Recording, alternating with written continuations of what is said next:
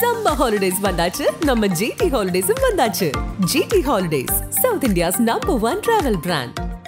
Meenakshi College of Nursing, Mangadu and Arulmigu Meenakshi College of Nursing, Kanchipuram. BSc, MSc and Post Basic BSc. நான் செய்கிற அதே விஷயத்தை இன்னொருத்தங்க செஞ்சால் பாராட்டுவாங்க, ஆனால் என்ன வந்து சரியில்லைன்னுவாங்க, பார்ஷியாலிட்டி இருக்கும். படுத்தா தூங்கிடுறோம், அப்போ அதை பற்றி கவலைப்படுறதில்ல. இப்போ தூக்கம் வரல, இப்போ தான் முதல்ல இப்போ ஏன் தூக்கம் வரலன்னு கவலைப்படுறது. கணவர் மட்டும் இன்றைக்கி நல்லா பேசிட்டாருன்னா தூங்கிடலாம்னா, நல்லா பேசுகிறாரு தூங்கிட்டோன்னு வைங்களேன். மறுநாள் நல்லா பேசலைன்னா தூங்க மாட்டீங்கன்னு ஒத்துக்கிறீங்க. நீங்கள் நார்மலாக 7 மணி நேரம் தூங்குறதுக்கு பதில் 4.5 மணி நேரம் தூங்கினாலே ஃப்ரெஷ்ஷாக எழுந்திரிக்கிற மாதிரி எழுந்திரிச்சிடுவாங்க. அதுக்கு மனதினுடைய காரணம் வந்து நிறைவு. நீங்கள் நல்லா கவனித்து பாருங்கள், ஏன் வந்து IPL வந்து 6 மணிக்கு ஆரம்பிக்கலாம்ல, ஏன் 8 மணிக்கு? நிர்வாகத்துக்கு இழப்பு இல்லை, உங்கள் தூக்கம் மட்டும்தான் இழப்பு. அதை டார்கெட் பண்ணுறதுனால தான் ஹிட்டு.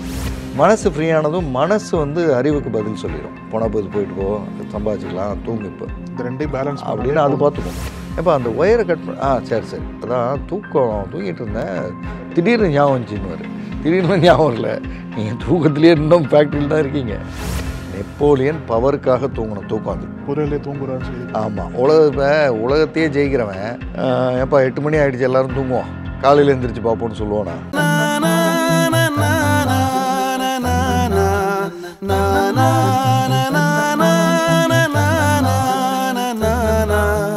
நக்கீர நேயர்களுக்கு வணக்கம். மனங்கள் வெர்சஸ் மனிதர்கள் இஸ் ஈக்குவல் டு கதைகள் அப்படின்ற இந்த எபிசோடில் திரு ஜெய்சன் அவர்கள் அவர் கொடுத்த கவுன்சிலிங்கை தொடர்ந்து நம்மள்கிட்ட பகிர்ந்துட்டு வரார். இன்றைக்கும் அவர் இணைஞ்சிருக்கார். சார் வணக்கம். வணக்கம். நம்மளோட வாழ்க்கையில் மிக முக்கியமான அம்சம் வந்து தூக்கம். ஆனால் இன்றைக்கி வந்து பல பேர் தூக்கத்தை தொலைக்கிற அளவுக்கு ஸ்ட்ரெஸ்ஸில் இருக்காங்க, சிக்கல்கள் இருக்காங்க.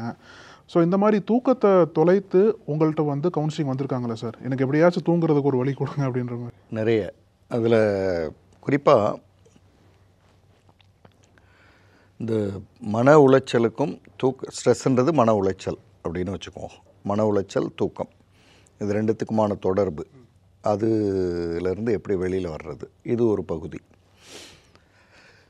மன உளைச்சல்லாம் எதுவும் இல்லை, ஆனாலும் தூக்கம் வரல. நல்லா தான் இருக்கேன், எல்லாமே வெல் செட்டில்டு, ஒரு பிரச்சனையும் இல்லை அப்படின்னா, ஆனாலும் தூக்கம் வரல அப்படின்றது ரெண்டாவது பகுதி. ரெண்டாவது பகுதியை முதல்ல பார்த்துருவோம். எந்த பிரச்சனையும் இல்லை, ஆனால் தூக்கம் வரல அப்படின்றவங்களுக்கு, நீங்கள் ஏதோ ஒரு இலக்கை நோக்கி பயணிக்கும் பொழுது அந்த பயணம் வந்து மீனிங்ஃபுல்லாக இருக்கும், அர்த்தமுள்ளதாக. எந்த இலக்கும் இல்லை, எல்லாம் வெல் அச்சீவ்டு, எல்லாம் வெல் டன் அப்படின்னு ஒரு ஐடியல் ஸ்டேட்டில் வந்து மைண்டு வந்து படுத்துக்க எப்போவும் நினைக்காது. இது வந்து சர்வைவலுக்கு பழக்கப்பட்ட மைண்டு. அது கொஞ்சம் மெதுவாக தான் பழகும். அதாவது ஒரு நாளில் 16 மணி நேரம் பிஸியாக இருந்து 5 மணி நேரம் தூங்கி 3 மணி நேரம் குடும்பத்தை பார்த்து அப்படின்னு வாழ்ந்த வாழ்க்கையினுடைய ரிவர்ஸ் இருக்குல்ல, 16 மணி நேரம் தூங்கி அப்படின்றது வந்து அவ்வளோ ஈஸி இல்லை. It is not that much easy.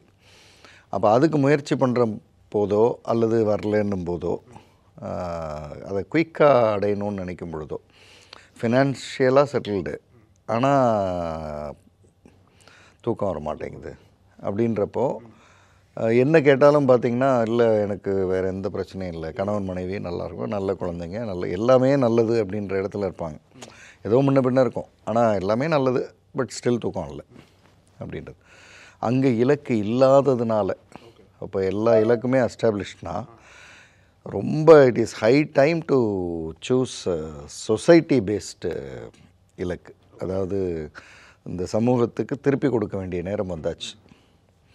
Well செட்டில்டுன்னா அதுதானே அர்த்தம். ஸோ நம்மளால் முடிந்த உதவிகளை மற்றவர்களுக்கு செய்யும் பொழுது அந்த நிறைவில் வந்து நல்லா தூங்கிடுவோம். இது வந்து ரெண்டாவதாக நம்ம பேசினது. இப்போ இந்த ஃபஸ்ட்டு பேசினது, ஒரு லேடி வராங்க, அவங்களுக்கு வந்து கிட்டத்தட்ட திருமணமாகி ஒரு 10 வருட வாழ்க்கை, அங்கே ஆரம்பித்து 10 வருடத்தில் கடைசியில் வந்து மொத்தமாக சரிவல்ல, எதுவுமே சரிவல்ல அப்படின்ற மாதிரி வந்து நிற்கிது. கணவன், குழந்தைங்க, இன்லாஸு, ஃபினான்ஷியல், இப்படி. அதாவது when one problem comes in everything comes in அப்படின்வாங்க. ஒன்று வந்துச்சு, கூடவே எல்லாத்தையும் கூட்டிகிட்டு வந்துடுச்சு. ஆமாம். இப்போ இவங்களுக்கு வந்து தூக்கம் வரல அப்படின்றது தான் அவங்களுடைய ஸ்ட்ரைட்டாகவே, சார் தூக்கம் வர மாட்டேங்குது, என்ன பண்ணுறதுன்னு தெரியல அப்போ இந்த தூக்கம் வராததுனால பகலில் வந்து தூங்க தோணுது. ஓகே. ஆனால் பகலில் கமிட்மெண்ட்ஸ் இருக்குது.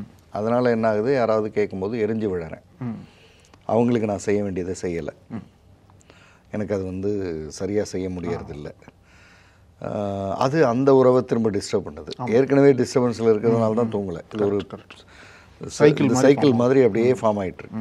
ஸோ இப்போ இதை என்ன சார் பண்ணுறது அப்படின்றது தான் அவங்களுடைய கேள்வி. இப்போ எனக்கும் அவங்களுக்குமான உரையாடல் ஆரம்பிக்குது.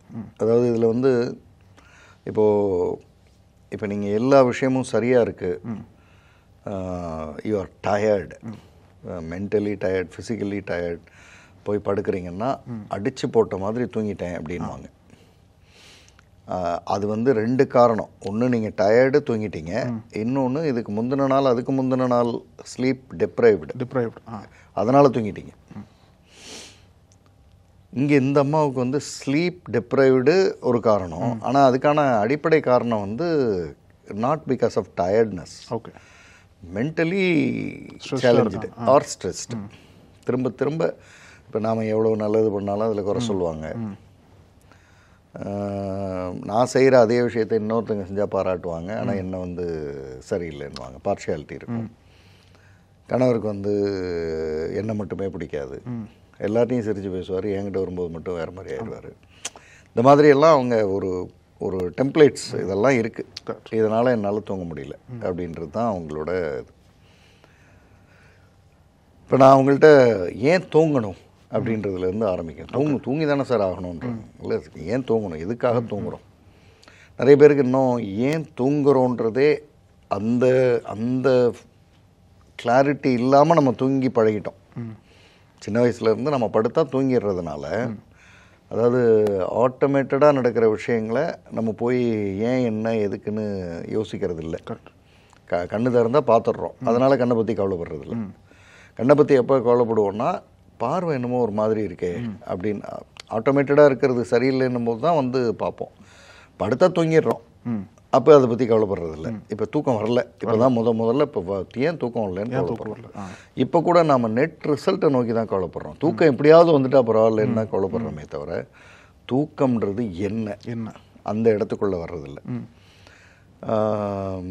ரொம்ப சிம்பிளாக தூக்கத்தை புரிய வைக்கணும்னா, பிரெயினுக்கான ஹவுஸ் கீப்பிங் ஒர்க் தான் தூக்கம். ஓகே. நம்ம வந்து இப்போ ஒரு ரூமில் தங்குறோம், 4 நாள் தங்குறோம், வெளியில் வரும்போது அந்த ரூம் கன்றாவியாக இருக்கும். அடுத்து இன்னொருத்தங்களுக்கு அந்த ரூமை கொடுக்கறதுக்கு முன்னாடி என்னமோ ஒன்று பண்ணுவாங்க, எல்லாம் அரேஞ்ச் பண்ணுவோம், திரும்பி அதை ரீஅரேஞ்ச் பண்ணி ப்ராப்பராக்கி கொடுக்குறாங்கல்ல. அவங்க இந்த ஹவுஸ் கீப்பிங் ஒர்க்கை யாரோ ஒருத்தர் பார்ப்பார். இந்த ஒர்க்கை தான் தூக்கம் வந்து பிரெயினுக்கு எவ்ரி நைட் செய்யுது. அப்படின்னா அது ரீஅரேஞ்ச் பண்ணி வச்சு, இந்தாப்பா ஃப்ரெஷ்ஷாக நீ ஸ்டார்ட் பண்ணுவோம் லைஃப்பை அப்படின்னு காலையில் கொடுக்குது. இதுதான் வந்து தூக்கத்தோட ரொம்ப ரொம்ப பேசிக்கான ஒரு டெஃபினேஷன். இதுக்கடுத்து விதவிதமான ஸ்லீப் இருக்குது, டீப் ஸ்லீப் இருக்குது, பவர் நாப்னு சொல்கிறாங்க, ரொம்ப ஸ்ட்ராங்கான ஸ்லீப் இருக்குது, பவர் நாப், இந்த மாதிரிலாம் எதோ இருக்குது. பட் பேசிக் டீப் ஒரு ஸ்லீப்கான அர்த்தம் இதுதான். அது ஒரு ஹவுஸ் கீப்பிங். இதில் ஒரு கொஸ்டின் என்னென்னா சார், இப்போ பிரெயின் வந்து அந்த திங்ஸை வந்து ரீஅரேஞ்ச் பண்ணுறதுக்காக தூக்குறதுன்னு சொல்லுதில்ல சார். இப்போ நம்ம வந்து ஜியாகிரபிக்கலாகவும் சரி ஃபிசிக்கலாகவும் சரி பல சேலஞ்சஸ் நம்மளுக்கு இருக்குது. ஸோ அந்த மாதிரி சேலஞ்சஸ் இருக்கும்போது பிரெயின் எப்படி தயார் பண்ணிக்குது தானே? இந்த மாதிரி நம்ம வெவ்வேறு இடத்துக்கு போகிறோம், வெவ்வேறு டைமில் ஒர்க் பண்ணுறோம், அப்படி இருக்கிற சமயத்தில் பிரெயினுக்குன்னு ஒரு டைம். பிரெயினை பற்றிய எக்ஸ்பர்ட் நான் இல்லை, எனக்கு தெரியாது. ஆனால் எனக்கு தெரிஞ்சதை நான் சொல்கிறேன். பாடி வந்து சர்வைவலுக்கானது. நீங்கள் வந்து கடும் குளிர்லேயும் தூங்குவீங்க, வெயில் வேர்த்து ஊற்றும் போதும் தூங்குவீங்க. நீங்கள் தூங்கிட்டு இருப்பீங்க, ஆனால் உடம்பு வேர்த்து ஊற்றிட்டு இருக்கும். அப்போ தூக்கம்ன்றதுக்கும் எக்ஸ்டர்னல் சிச்சுவேஷனுக்கும் சம்மந்தம் இல்லை. ஓகே. நீங்கள் வந்து டயர்டாக இருக்கும் பொழுது, ஃபிசிக்கலி டயர்டு, மென்டலி டயர்டு, அப்போ அந்த அதுக்கு அப்போ தான் இந்த வார்த்தை வருது, அடித்து போட்ட மாதிரி தூங்கிடுறதுன்றது அப்போ தான் வருது. அப்போ தூக்கம் எங்கே தடுமாறுதுன்னா, கொஞ்சம் கம்ஃபர்டபுளாக இருக்கும்போது தான் தடுமாறுது. நீங்கள் வந்து ஃபிசிக்கலி ஃப்ரெஷ் ஆனால் mentally tired, mentally fresh but physically tired. நீங்கள் யூ வாண்ட் டு ஒர்க் ஆனால் உடம்பு முடியல, படுக்கிறீங்க, கில்ட்டு வந்து ஐயோ வேலை பார்க்கணுமே ஆனால் படுத்துருக்கமே அப்படின்றதுனால தூக்கத்துக்கும் விடாது, வேலையும் பார்க்க முடியாது. இந்த ரெண்டுத்துக்கும் இடையில் மாட்டிட்டு முழிக்கிறது இருக்கும். இது வந்து ஒரு நார்மல் லைஃப். பட் இவங்க பேசுகிறது வந்து மென்டலி கம்ப்ளீட்லி டயர்ட். அதாவது நான் என்ன செய்தாலும் அதற்கு நெகட்டிவாக தான் பேர் வரும். இதை ஏன் நான் செய்யணும் அப்படின்னும்போது இதை எப்படி சொல்லலாம்னா ஒரு டீமோட்டிவேட்டட் பிரெயின் அப்படி சொல்லலாம். அதாவது பிரெயின் வந்து நமக்கு எப்போவுமே நல்லது தான் சொல்லும் அப்படின்னு வச்சுக்கோமே. இந்த பிரெயினே ஒரு கட்டத்தில் டீமோட்டிவேட் ஆகிடுச்சு. அடப்போடா உனக்கு எவ்வளோ சொன்னாலும் நீ இப்படி தான் இருப்ப அப்படின்னு ஆச்சுன்னா எப்படி இருக்குமோ அது மாதிரி இவங்களுக்கு ஃபேமிலி மெம்பர்ஸ்க்கு எவ்வளவு செஞ்சாலும் நமக்கு இவ்வளோதான் அப்படின்ற இடத்துக்கு வரும்போது இப்போ வாழ்க்கையில் இருக்கிற பிடிப்பு போகுது, நம்பிக்கை போகுது. பிடிப்பு நம்பிக்கை போகுது. நம்பிக்கை போகும் பொழுது தன்னுடைய உடலை சரியாக வச்சுக்கணுன்ற கவனம் குறையுது. தன்னுடைய உடலை சரியாக வச்சுக்கிறதுக்கான செயல்கள்னு சில செயல்கள் இருக்கு. இப்போ இவங்க பார்த்தீங்கன்னா ஹைஜீன் வந்து கவலைப்பட மாட்டாங்க. இப்போ என்ன கிடந்தா கிடந்துட்டு போகுது போ அப்படின்வாங்க. இந்த தினசரி குளிச்சு ரெடியாகி அப்படி இருக்குல்ல, அதெல்லாம் செய்ய மாட்டாங்க. இப்போ நான் இதெல்லாம் சொல்ல அந்த மேடம் வந்து ஆமாம் சார் இதெல்லாம் இப்போ கொஞ்ச நாளாக நான் வந்து பெருசாக கவலைப்படுறதில்லை அப்படி. அது வாழவே பிடிக்காம. ஆமாம், உங்களுக்கு நம்பிக்கை போயிடுச்சுல்ல. ஏன் வாழணும், என்ன இதில் கிடைச்சிட போகுது, என்னால் எல்லாருக்கும் எல்லாம் கிடைக்குது ஆனால் எனக்கு எதுவும் கிடைக்கல அப்படின்னும் போது நான் ஏன் இதெல்லாம் இப்போ நான் ஒரு இன்னைக்கு புதுசாக ஒரு ட்ரெஸ் பண்ணலேன்னு யார் கேட்டா, இப்போ இன்னைக்கு குளிக்கலன்னு யார் கேட்டா, நாளைக்கு குளிச்சா என்ன. இது ஒரு ஒஸ்ட்டு எங்கே போகும்னா ப்ரஷ்ஷிங் வர போகும். இன்னைக்கு ப்ரஷ் பண்ணலைன்னா என்ன யார் கேட்க போகிறாங்க. ஆமாம், அந்த ஒரு விஷயம் மட்டும் இல்லை நம்ம சாப்பிட்றப்ப நல்லா இருக்கு, யாராவது பக்கத்தில் வந்தால் நல்லா இருக்கு அப்படிலாம் ஏதாவது நடந்துருமே தவிர மற்றபடி சில விஷயங்கள்லாம் வந்து விட்டுட்டு போகிறது இருக்கும். இது சரியில்லை என்னத்தை அப்படி. இன்னொரு கேட்டகரி வந்து இது எல்லாத்தையும் செஞ்சுருவாங்க ஆனாலும் தூக்கம் வராது. அதில் எப்படின்னா இதெல்லாம் ரொட்டீனாக நான் செய்யணும் செஞ்சிடறேன் ஆனால் எனக்கு பிடிப்பு இல்லை. அப்போ இந்த பிடிப்பு இல்லை நம்பிக்கை இல்லைன்றது போனாதான் அதுக்கான மருந்து கிடைச்சாதான் தூக்கத்துக்கான மருந்து வந்து கிடைக்கும். சரி, பிடிப்பில்லை நம்பிக்கை இல்லைன்றதுக்கான காரணங்கள் யார்? வெளியாட்கள், குடும்பத்தில் இருக்கிற மற்றவங்க. இப்போ இவங்களெல்லாம் போய் சரி பண்ணி நான் தூங்குறதான்னா அது ஆகிறதில்ல, இந்த ஜென்மத்தில் ஆகிறதில்ல. அப்போ நம்மை நாம் சரி செய்து கொள்றதுல தான் தூக்கம் ஆரம்பம். வேறு எதுலேயும் தூக்கம் வந்து சரி. கணவர் மட்டும் இன்றைக்கி நல்லா பேசிட்டாருன்னா தூங்கிடலான்னா, நல்லா பேசுகிறாரு தூங்கிட்டோன்னு வைங்களேன், மறுநாள் நல்லா பேசலைன்னா தூங்க மாட்டீங்கன்னு ஒத்துக்கிறீங்க நீங்கள். பையன் வந்து என்னை புரிஞ்சுக்கிட்டான் அதனால் நான் நிம்மதியாக தூங்கினேன் அப்படின்னா, பையன் புரிஞ்சுக்காதப்பெல்லாம் நீங்கள் தூங்க மாட்டேன்னு ஒத்துக்கிறீங்க. கரெக்ட். அப்படி இல்லை. சில நாட்கள் சில பேர் புரிஞ்சுக்குவாங்க, சில பேர் புரிஞ்சிக்க மாட்டாங்க. சில நாட்கள் சில பேர் கோவப்படுவாங்க, சில பேர் வந்து ரொம்ப மகிழ்ச்சியாக பேசுவாங்க. அது எக்ஸ்டர்னல். அந்த விஷயங்களை மனசில் வச்சு ஒரு பிரயோஜனமும் இல்லை. நான் என்ன சரி பண்ணிக்கணும் அப்படின்னா என்ன? இப்போது இங்கே இருக்கிற இந்த வீட்டில் இருக்கிற யாராலையும் நான் உங்கள்கிட்ட பேசுகிறேன், உங்கள் வீட்டில் இருக்கிற யாராலையும் யாருக்கும் உங்களால் பிரயோஜனம் இல்லை அப்படியா அப்படின்னா, இல்லை என்னால் பிரயோஜனம் இருக்குது சார், அவங்களால தான் எனக்கு எதுவும் இல்லை அப்படின்றாங்க. அப்போ அவங்க கிளியராக இருக்காங்க, இவங்களால் எல்லாருக்கும் என்னமோ கிடைக்கிது, எல்லாராலையும் இவங்களுக்கு ஏதோ கிடைக்கல, என்ன செஞ்சாலும் கிடைக்க போகிறதில்ல. இப்போ என்ன செஞ்சாலும் கிடைக்க போகிறதில்ல அப்படின்ற ஒரு விஷயம் வேளை உண்மையாக இருந்தால், கிடைக்காத ஒரு விஷயத்தை மீண்டும் மீண்டும் எதிர்பார்க்கறது என்ன கொண்டு வரும்? ஏமாற்றம் தான் கொண்டு வரும். அப்படின்னா இப்போது உங்கள் கணவருக்கு ஒரு இமேஜ் நீங்கள் வச்சுருக்கீங்க, ஆனால் அவர் இருக்கிற இமேஜ் வேறு. நீங்கள் அவர் இந்த இமேஜில் வந்துட்டால் தான் நல்லவர்னு நினைக்கிறீங்க. இந்த இமேஜுக்கு வந்துட்டால் நல்லவர், நீங்கள் நல்லா தூங்கிடுறீங்க, எனக்கு நிம்மதியாக இருக்கும். இந்த இமேஜுக்கு வரலன்னா அவர் இந்த இமேஜில் இருக்கிறவரை உங்களுக்கு அவரை இந்த இமேஜுக்கு கொண்டு வர முடியலையே அல்லது வரமாட்டேங்கிறாரு அப்படின்னு தூக்கம் டிஸ்டர்ப் ஆகுது. இப்போ நல்லா கவனிச்சிங்கன்னா அவர் நல்லா இருக்காரு, உங்களுடைய தூக்கம்தான் நாளுக்கு நாள் வந்து போயிட்டுருக்கு. இது ஒரு ஆங்கிலத்தில் ஒரு முக்கியமான பழமொழி ஒன்று உண்டு, the first attention is to self அப்படின்வாங்க. முதல்ல உங்களை கவனிச்சிடுங்க. உங்கள் போட் நல்லா இருந்தால் மற்ற போட்டை காப்பாற்றிடலாம். உங்கள் போட்டில் 4-5 ஓட்டையை வச்சுக்கிட்டு நீங்கள் மற்ற போட்ஸை வந்து ஒன்றும் பண்ண முடியாது. நீங்கள் உங்கள் இன்டென்ட் கரெக்டாக இருக்கலாம், ஆனால் ஒன்றும் பண்ண முடியாது, உங்களதே மூழ்கிட்டு இருக்கு. இவங்க யாரும் மாற போகிறது இல்லை. இவங்க யாரும் என்னுடைய உதவிகளை, என்னுடைய சப்போர்ட்டை ரெகக்னைஸ் பண்ண போகிறது இல்லை. நான் இப்போ தூங்க போகிறேன். ஏன்னா இந்த தூக்கம் எனக்கு ரொம்ப முக்கியமானது. நான் அவங்கள்ட்ட ஒரு கேள்வி கேட்டேன். உங்களால், அதாவது அவங்களுக்கு உங்களால் எல்லாம் கிடைச்சிருது, அவங்கள்ட்ட உங்களுக்கு எதுவும் கிடைக்கல. இதுதான் பிரச்சனை. ஆமாம். நீங்கள் நல்லா இருக்கும்போது உங்களால் எல்லாம் கிடைச்சிருச்சு. இப்போ நீங்கள் நல்லா இல்லைன்னு வச்சுக்குவோம், பெட் ரிட்டன் ஆயிடுறீங்க. நீங்கள் நல்லா இருக்கும்போதே உங்களை கவனிக்கல அவங்க. நீங்கள் நல்லா இல்லைன்னா படுத்துட்டீங்க. உங்களை பார்க்க ஆள் வேணும். யார் வருவா? யாரும் வரமாட்டாங்க. அப்போ யார் பார்த்துக்கணும் நம்ம உடம்பை? நம்ம தான் பார்த்துக்கணும். அப்போ நீங்கள் என்ன சொல்ல வரீங்கன்னா, நான் என் உடம்பை நானே பார்த்துக்கணும், நல்லபடியாக வச்சுக்கணும், அவங்களுக்கு தேவையானதை செய்யணும். அவங்க எனக்கு எந்த விதமான கிரெடிட்டோ மற்ற எதுவோ கொடுக்க மாட்டாங்க. என்ன சொல்ல போனால் டிமோட்டிவேட்டும் பண்ணுவாங்க. கரெக்ட். அப்படி தானே சார்? அப்படின்னா அப்படி தான். என்ன சார் இப்படி சொல்கிறீங்க? அப்படி தான். அதுதான் உண்மை. அதுதான் யதார்த்தம். யதார்த்தத்துக்கு மேலே யாரோ உங்களை பார்த்துக்கிறாங்க, உங்கள்ட்ட நல்லா பேசுகிறாங்க, உங்களோட எஃபர்ட்ஸை ஹானர் பண்ணுறாங்கன்னா சந்தோஷப்பட்டுக்குங்க. அந்த மாதிரி இருக்கிற குடும்பங்கள்லாம் கொடுத்து வச்சதுன்னு சொல்லுவோம்ல, அந்த ஸ்டேட்டஸ். மற்றது எல்லாமே இதுதான் யதார்த்தம். அதாவது தேங்க்லெஸ் அப்படின்றது யதார்த்தம், தேங்க்ஃபுல்னஸ் ரேர். நம்ம என்ன பண்ணுறோன்னா, தேங்க்ஃபுல்னஸை யதார்த்தமாக மாற்ற முயற்சி பண்ணுறோம். கரெக்ட். தேங்க்லெஸ் ரேராக இருக்கணும்னு நினைக்கிறோம். அது அதாவது மாஸ் சைக்காலஜியில் அது வராது. மாஸ் சைக்காலஜியில் எப்போவுமே தேங்க்லெஸ்ஸாக தான் நம்ம இருப்போம். இப்போ இன்றைக்கி யோசிப்போம், காமராஜர்னு ஒருத்தர் ஏன் நம்ம தோக்கடித்தோம் அப்படின்னு. இன்னைக்கு அதுக்கு பேர் என்னென்னா தேங்க்லெஸ்ன்னு வரும். எங்கேயோ ஒரு இடத்துல தேங்க்லெஸ்ன்னு வரும். கரெக்ட். அரசியல். இப்போ இதே மாதிரி ஒவ்வொரு ஸ்போர்ட்லேயும், ஒவ்வொரு துறையிலையும், இப்போ ஸ்போர்ட்டில் யாரோ ஒருத்தங்களை நம்ம இல் ட்ரீட் பண்ணியிருப்போம். ஆனால் பின்னாடி பெரிய சாம்பியன் அவரையே நம்ம என்ன பண்ணோம் அப்படின்வோம். ஸோ மாஸ் சைக்காலஜியில் எப்போவுமே தேங்க்லெஸ்னஸ் அதுதான் ரியாலிட்டி. நீங்கள் யாராக வேணா இருக்கலாம். ஓகே. சச்சின் டெண்டுல்கரை சொந்த பாம்பே க்ரௌடு பூன்னு பண்ணலையா? சொந்த பாம்பே க்ரௌட்.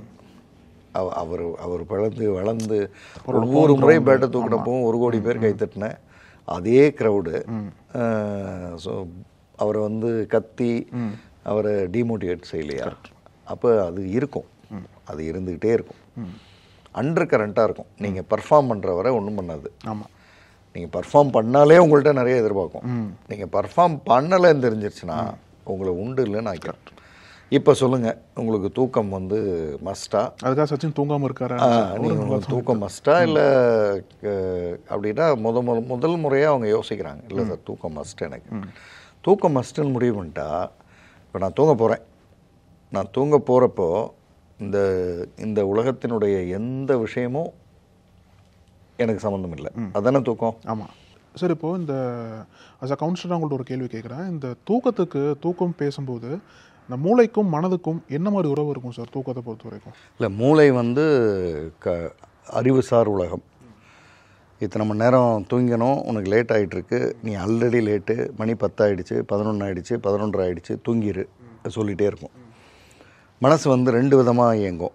உங்களுக்கு இப்போ ஒரு புத்தகம் படிக்கிறீங்க, உங்களுக்கு ரொம்ப பிடிச்ச புத்தகமாக இருக்குது, பரவாயில்ல தூங்கலைனாலும் பரவாயில்ல, இது ரொம்ப நல்ல புக்கு, நான் படிக்கணும் அப்படின்னு படிக்கும்போது மனம் ஹாப்பியஸ்ட்டாக இருக்கும். நீங்கள் படித்து முடிச்சுட்டு நிறைவாக தூங்குறீங்கல்ல, நிறைய பேர் இருக்காங்க. அதாவது நைட்டு ரன்னிங் போகிறவங்க இருக்காங்க, நல்லா ஓடி போய் சுத்தமாக வேர்த்து ஊற்றி ஒரு குளியலை போட்டு படுப்பாங்க. நார்மலாக 7 மணி நேரம் தூங்குறதுக்கு பதில் 4:30-5 மணி நேரம் தூங்கினாலே ஃப்ரெஷ்ஷாக எந்திரிக்கிற மாதிரி எந்திரிச்சிடுவாங்க. அதுக்கு மனதினுடைய காரணம் நிறைவு. அறிவு கம்மியாக தூங்குறேன்னு சொன்னாலுமே நிறைவு நல்லபடியாக வச்சுருக்கோம்.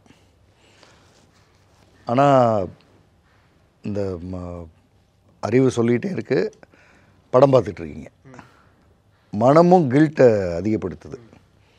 தேவையே இல்லை, இது நாளைக்கு பார்க்கலாம், நாளைக்கு பகலில் டைம் இருக்குது, மதியம் டைம் இருக்குது, ஆனாலும் இப்போ பார்த்து வேஸ்ட் பண்ணிகிட்ருக்க நீ அப்படின்னு அறிவு சொல்கிற மாதிரியே மனமும் பேசுதுன்னா கில்ட் வந்துருச்சு, குற்ற உணர்ச்சி வந்துருச்சு.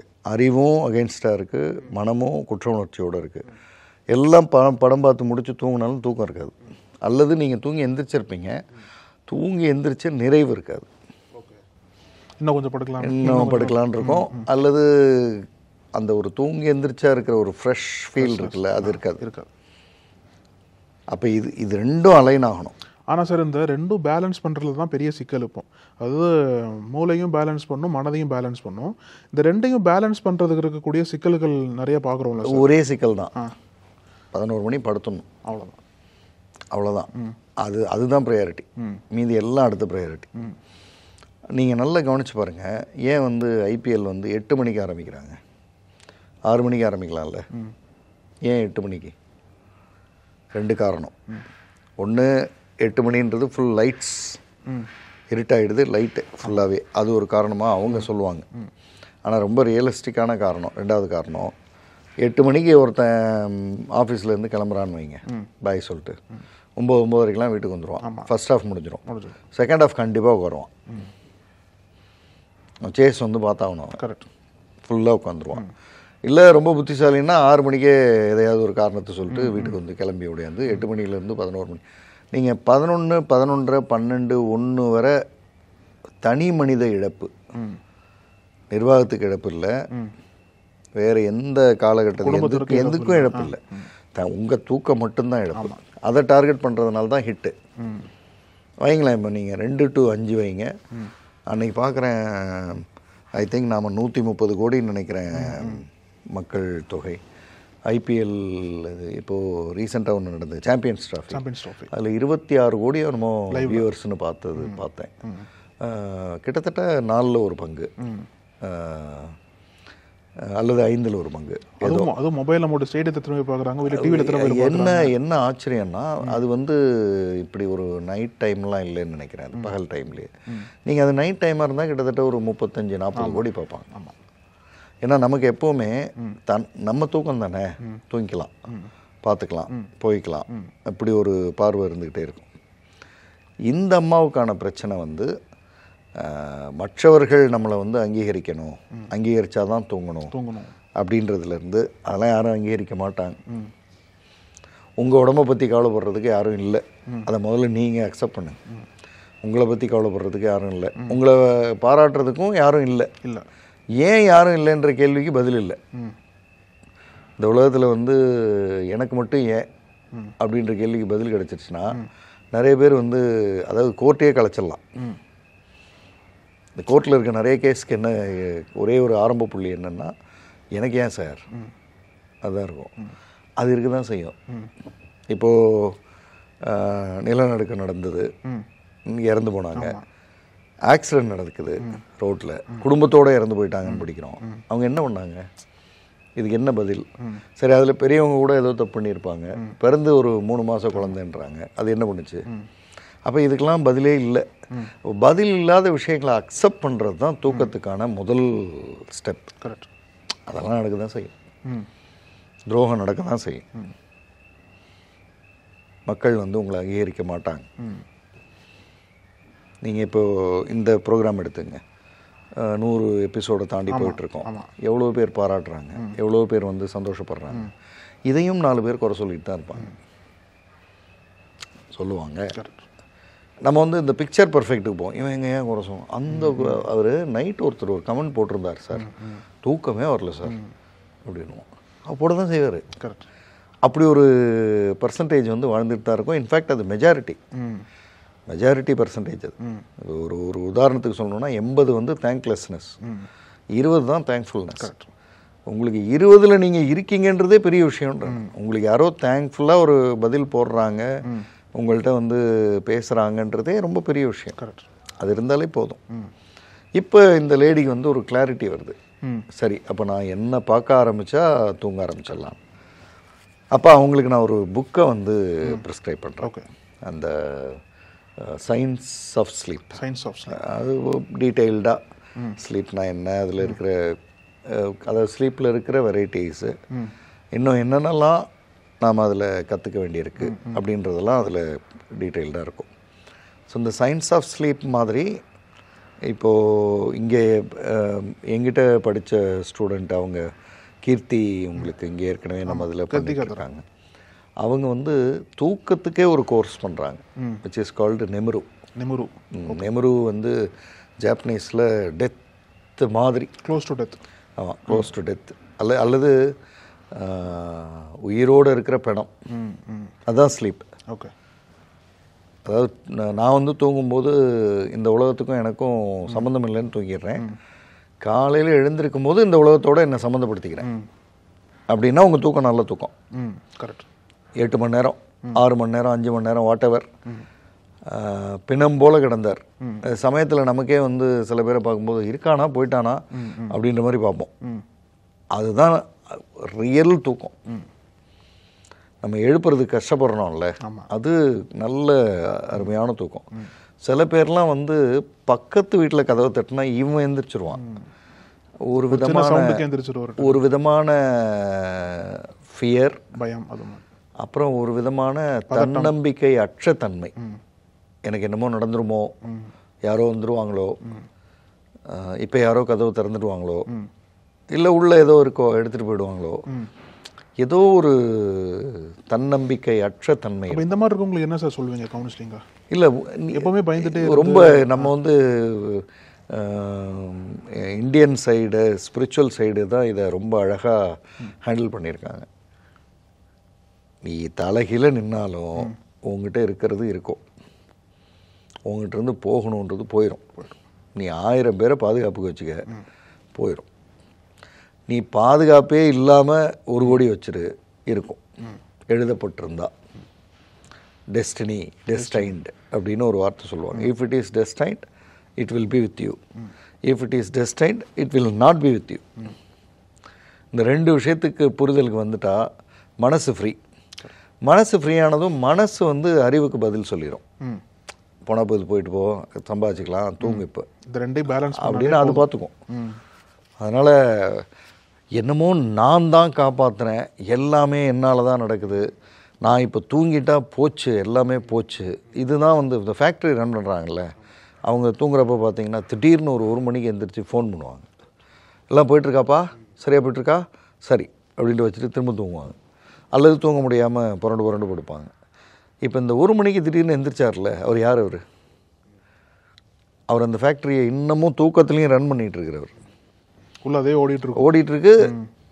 அந்த ஒயர் கட் பண்ண சொன்னேன், எந்திரிச்சா தான் கேட்பார், ஏப்பா அந்த ஒயரை கட் பண்ண, சரி அதான் தூங்கிட்டு இருந்தேன், திடீர்னு ஞாபகம் வந்துச்சுன்னுவார். திடீர்னு ஞாபகம் இல்லை, நீங்கள் தூக்கத்துலேயே இன்னும் ஃபேக்ட்ரியில் தான் இருக்கீங்க. அப்போ என்னென்னா, நைட்டு தூங்கி காலையில் எழுதுறதுக்குள்ளே ஃபேக்ட்ரியிலேருந்து ஏதாவது ஆயிடுச்சுன்னா அப்படின்ற எண்ணம் இருக்குல்ல, அதுக்கு இன்டைரக்டாக இன்னொரு எண்ணம் என்னென்னா, நான் தூங்குறப்பவும் இந்த ஃபேக்ட்ரியை நான் பார்த்துக்கணும். நான் தூங்கிட்டா யார் பார்த்துக்குவா? ஃபேக்ட்ரி தூங்கிடும். அதெல்லாம் நடக்கும். அப்படி பார்த்தா இந்த உலக பணக்காரர்கள்லாம் ஏதோ சொல்லுவாங்க, ஒரு நகைச்சுவையாக சொல்லுவாங்க, பிர்லா அவங்களுக்கு வந்து ஒரு 365 ஃபேக்ட்ரி இருக்குதுன்னு வச்சுக்கிட்டோன்னா, ஒரு நாளைக்கு ஒரு ஃபேக்ட்ரின்னு பார்த்தா 365 நாள் ஆகிடும் ஒரு வருஷத்துக்கு. அவர் ஒரு தடவை ஏதோ ஒரு இதில் நகைச்சுவையாக சொன்னாராம், நான் ஒரு 35 ஃபேக்ட்ரியை பார்க்கலப்பா இந்த வருஷம், பார்க்க முடியல டியூ டு வேரியஸ் ரீசன்ஸ். ஆச்சரியமாக அவனுங்க தான்ப்பா ரொம்ப நல்லா பண்ணியிருக்காங்க அப்படின்னு. நம்ம போய் எதை பார்க்கலையோ அவனுக்கு தான் நல்லா பண்ணியிருக்காங்க, நம்ம போய் எதை பார்த்தோமோ அவன் தான் சரியாக பண்ணல அப்படின்னு. நிறைய இடங்களில் நீ வரலன்னா நல்லா இருக்குன்றது தான் உண்மை, நீ சும்மா அவன் பாட்டுக்கு பண்ணிடுவான். அப்போ அந்த இடத்த நோக்கி நம்ம நகராமல் தூக்கம்னு பேசி பிரயோஜனம் இல்லை. ஸோ இந்த நெமுரு கோர்ஸை பற்றி சொல்லணுன்னா, ஒரு ஐ திங்க் ஒரு 16-17 செஷன்ஸ் கண்டினியூஸாக அபவுட் தூக்கம். அது கிளாரிட்டி கொடுத்துக்கிட்டே வரும். தூக்கத்துக்கும் குளியலுக்கும் தொடர்புண்டு. நீங்கள் குளிச்சுட்டு தூங்குறவங்க, குளிக்காமல் தூங்குறவங்க, நாள் பூரா ஒர்க் பண்ணி அதே வேர்வை அதே ஸ்மெல்லோடு போய் தூங்குறவங்க, ஒரு 5 நிமிடம் ஆகாது அல்லது ஒரு 10 நிமிடம் ஆகாது. நீங்கள் ரொம்ப ஃபார்ச்சுனேட்னா ஒரு 15-20 நிமிஷம் நல்ல ரிலாக்ஸ்டாக. இப்போ நான் வந்து ஒரு கவுன்சிலராக எனக்கு தூக்கத்தில் சேலஞ்சஸ் வரும். இதுக்காக நான் வைத்திருக்கிற சில வழிமுறைகள் வந்து கவுன்சிலிங்லாம் முடித்ததும் ஒரு நல்ல நீண்ட குளியல், அதுக்கப்புறம் தூக்கம். ஒரு 5.5 மணி நேரம் 6 மணி நேரத்தில் அப்படி ஒரு ஃப்ரெஷ்ஷாக மார்னிங் எழுந்திருப்பேன். அந்த தூக்கம் வந்து, அந்த குளியல் வந்து எனக்கு ரொம்ப முக்கியமானது. இதை வந்து நான் மதியத்துலேயும் சில நேரத்தில் செய்கிறது உண்டு. மதியத்தில் ஒரு முக்கியமான செஷன் இருக்குது அப்படின்னா 10 நிமிடம் பவர் நேப், அப்புறம் ஒரு தூக்கம், அப்புறம் ஒரு குளியல். அது 10 நிமிடம் பவர் நேப், குளியல், தென் செஷன். அதுக்கு முன்னாடி நடந்ததெல்லாம் எதுவும் ஞாபகத்தில் இருக்காது. அதாவது as fresh as just born flower அந்த மாதிரி இருக்கும். ஆமாம் சார், அந்த பவர் நாப்னு சொல்கிறீங்களே, அது அறிவியல் ரீதியாக நம்மளோட உடலுக்கு ஏற்றதா இல்லை? ஏன்னா இப்போல்லாம் ரீசெண்டாக ட்ரெண்டிங்காக போயிட்டுருக்கு. ஜஸ்ட் ஒரு 10 மினிட்ஸ் தூங்கினாலே உங்களுக்கு ஃப்ரெஷ் ஆயிடுது. இல்லை, அது இப்போ ட்ரெண்டிங்காக ஆயிருக்கு. ஆனால் அது எப்பவும் எக்ஸிஸ்டாக இருக்கிறது. முதல்ல இந்த நேப், பவர் நேப் அப்படின்றதே, நேப் வந்து நெப்போலியன்ட்டு வந்தது. நெப்போலியன் பவருக்காக தூங்கின தூக்கம் அது. குதிரையிலே தூங்குறான்னு சொல்லி. ஆமாம், உலகத்தையே ஜெயிக்கிறவன் ஏப்பா 8 மணி ஆகிடுச்சு எல்லோரும் தூங்குவோம், காலையில் எழுந்திரிச்சு பார்ப்போன்னு சொல்லுவானா? உலகத்தையே ஜெயிக்கணும்னு நினச்சி ஒரு ஒரு பெரும் படையோடு போயிட்டுருக்கவன் சரி 8 மணி ஆச்சு எல்லாம் தூங்குவோம், காலையில் எழுந்திரிச்சு பார்த்துக்கலான்னு சொல்லுவானா? சொல்ல முடியாது. அவனுடைய டிஸ்கஷன்ஸ் வந்து பெரும் இதில் தான் போயிட்டுருக்கும். அப்போ கிட்டத்தட்ட நெப்போலியன் அப்படின்றவர் தூக்கமின்மை வியாதியால் கஷ்டப்பட்டவர்ன்ற மாதிரி படிக்கிறோம் நாம். எந்த அளவுக்கு உண்மைன்னு தெரில. ஆனால் அவர் அந்த தூக்கமின்மையை எப்படி சமாளித்தார்ன்றது தான் பவர் நேப். அதாவது அவர் குதிரையில் உட்காந்துருப்பார், ஆமாம், அந்த குதிரையிலேயே படுத்துருவார் 10 to 15 மினிட்ஸு. இவருக்கான குதிரை. ஸோ அதனால் கரெக்டாக அந்த 15 நிமிஷம் கழிச்சு அப்படி ஒன்று பண்ணோம், எந்திரிச்சிருவார். ஃபேஸ் வாஷ் பண்ணிட்டு திரும்ப ஸ்டார்ட் பண்ணார்னா அடுத்த 6 மணி நேரம் பிரிஸ்காக இருப்பார்.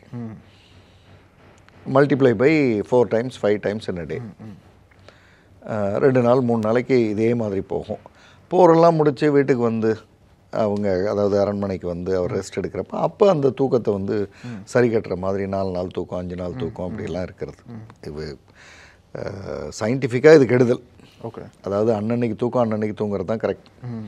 ஆனால் பவர் நேப் வந்து ஒரு கிக் ஸ்டார்ட் மாதிரி, ஒரு குயிக் ஜம்ப் மாதிரி. ஓகே, ஒரு 10 நிமிஷம் போதுமானது. நான் வந்து பவர் நேப் வந்து நிறைய அந்த ஒரு முக்கியமான ஈவெண்ட்ஸுக்கு முன்னாடி காரில் நான் வரும் பட்சத்தில் ஒரு 10 நிமிடம் தூக்கம், எழுந்து ஃபேஸ் வாஷ், தென் வந்து ஸ்டார்ட் பண்ணேன்னா அடுத்த ஒரு 6-7 ஹவர்ஸ்க்கு அது வந்து அநியாயத்துக்கு பிரிஸ்காக இருக்கும்.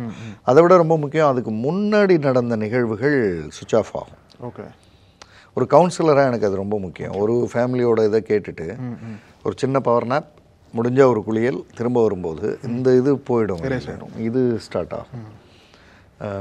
பிரெயின் வந்து அந்த ஹவுஸ் கீப்பிங்கை அந்த 10 நிமிஷத்தில் பண்ணிடுது. 10 நிமிஷத்தில் ரூம் ரெடி அப்படின்ற மாதிரி.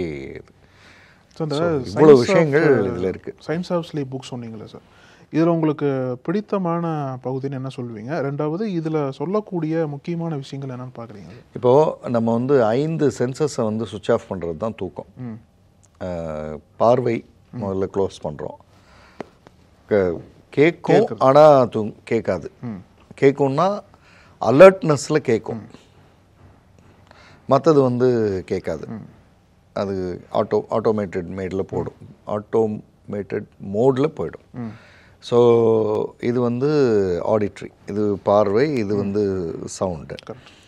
அதே மாதிரி ஃபீல், அதாவது பிணம் போல் கிடக்கிறதுன்னு இருக்கும். ஆனால் அருகாமையில் யாரோ வராங்கன்னா உங்களை தொடக்கூட வேண்டாம். அந்த ஒருத்தர் நடக்கும்போது அந்த காற்று அதுவே வந்து டக்குன்னு எழுப்பிடும். பிணம் ஆனால் அலர்ட்டட், ரெண்டும்.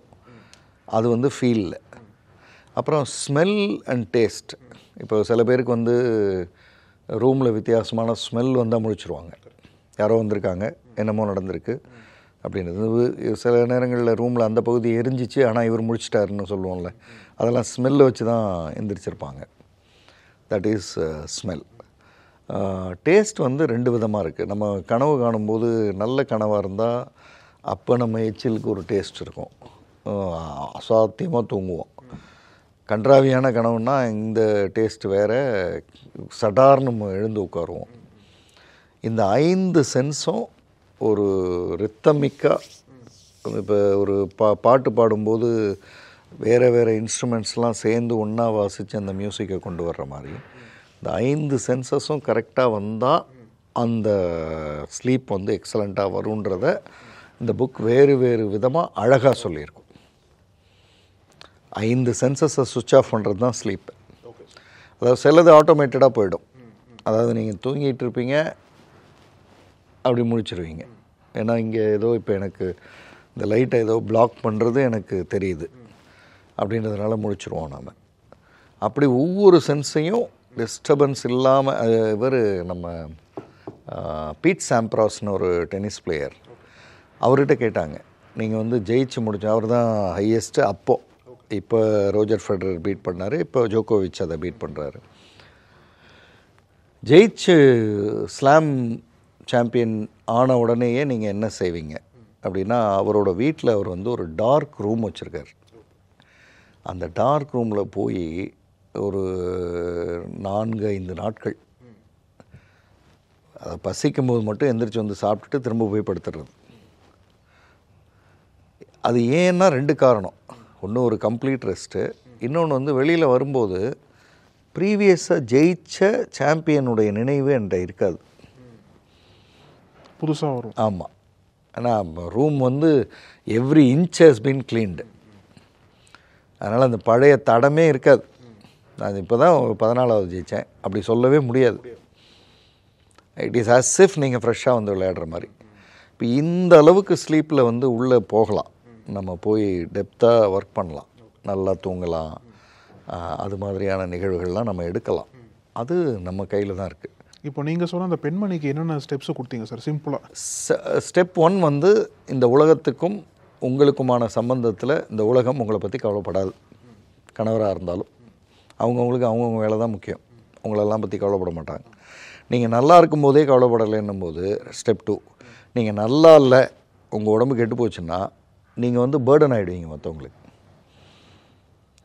அன்றைக்கி நீங்கள் வாடுறதே ரொம்ப கேள்விக்குறியாயிடும். 3வது, என்னால் முடிஞ்சவரை நான் சிறப்பாக செஞ்சுட்டேன், அதுக்கு அவங்க என்ன பேர் கொடுத்தாலும் அதை பற்றி எனக்கு கவலை இல்லை. என் பார்வையில் மனசாட்சிக்கு விரோதம் இல்லாமல் செய்ய வேண்டியதை செஞ்சுட்டேன், இப்போ நான் தூங்க போகிறேன். இந்த 3 ஸ்டெப்பை அவங்க ஃபாலோ பண்ண ஆரம்பித்தாங்க. தூக்கத்துக்கு போயிட்டாங்க, அவங்க நல்லா தூங்க போயிட்டாங்க. ஆச்சரியம் என்னென்னா, இவங்க நல்லா தூங்கி மறுநாள் காலையில் ஃப்ரெஷ்ஷாக எழுந்து திரும்பவும் எப்பவும் போல் செய்ய ஆரம்பிக்கிறாங்கல்ல. ஆமாம். இங்கே வந்து தூக்கம் டிஸ்டர்ப் ஆகாமல் சரியானதுனாலையோ என்னவோ ஒரு 6 அல்லது 9 மாத கேப்பில், அதுக்கு அடுத்த 6 அல்லது 9 மாதத்தில் இந்த கணவன் மனைவி உறவு வந்து சரியாக ஆரம்பிக்குது. ஓகே. ஏன்னா பகலில் இவங்க எரிஞ்சு விழுறதில்ல. முதல்ல எரிஞ்சு விழுந்துட்டு இருந்தேன், என்னை யாரும் கவனிக்கலன்னு. இப்போ நீங்கள் கவனித்தாலும் கவனிக்கலன்னு நான் செய்ய வேண்டியதை நான் செஞ்சிடறேன், நான் போய் என் ஹெல்த்தை பார்த்துக்கிறேன் அப்படின்னும் போது எப்போவுமே ப்ளேமிங் குறையும் போது லவ் கூடும். ஸோ ப்ளேமிங் இல்லை, கரெக்ட். அப்போது அந்த உறவு அழகாயிடுச்சு. அந்த உறவு அழகாச்சுன்னா மீதி எல்லாம் ஆகிடும். ஆமாம். அதனால் அவங்க சொன்னது வந்து இந்த தூக்கத்தை நான் சரி பண்ணேன் சார், மீதி எல்லாம் சரியாயிடுச்சுன்னா. ரைட் சார், உங்களோட கருத்துக்கள் நிச்சயமாக எல்லாத்துக்கும் ஒரு பெரிய அவேர்னஸ் கொடுக்கும் சார். ரொம்ப நன்றி சார். S, thank you. நக்கீரன் டிவிக்கு சப்ஸ்கிரைப் செய்யுங்கள். உங்கள் ஆதரவே எங்கள் பலம். ஆசிரியர்களுக்கு நண்பனாகவும் மாணவர்களுக்கு ஆசானாகவும் திகழும் தேர்வு வழிகாட்டி. ஒவ்வொரு பாடத்திற்கும் அனுபவமிக்க ஆசிரியர்களின் துல்லியமான தெளிவான விடைகள். CNC இருக்கு, தேர்வு பயம் எதற்கு? இது தீரன் பப்ளிஷிங் ஹவுஸ் விற்பனை வெளியீடு.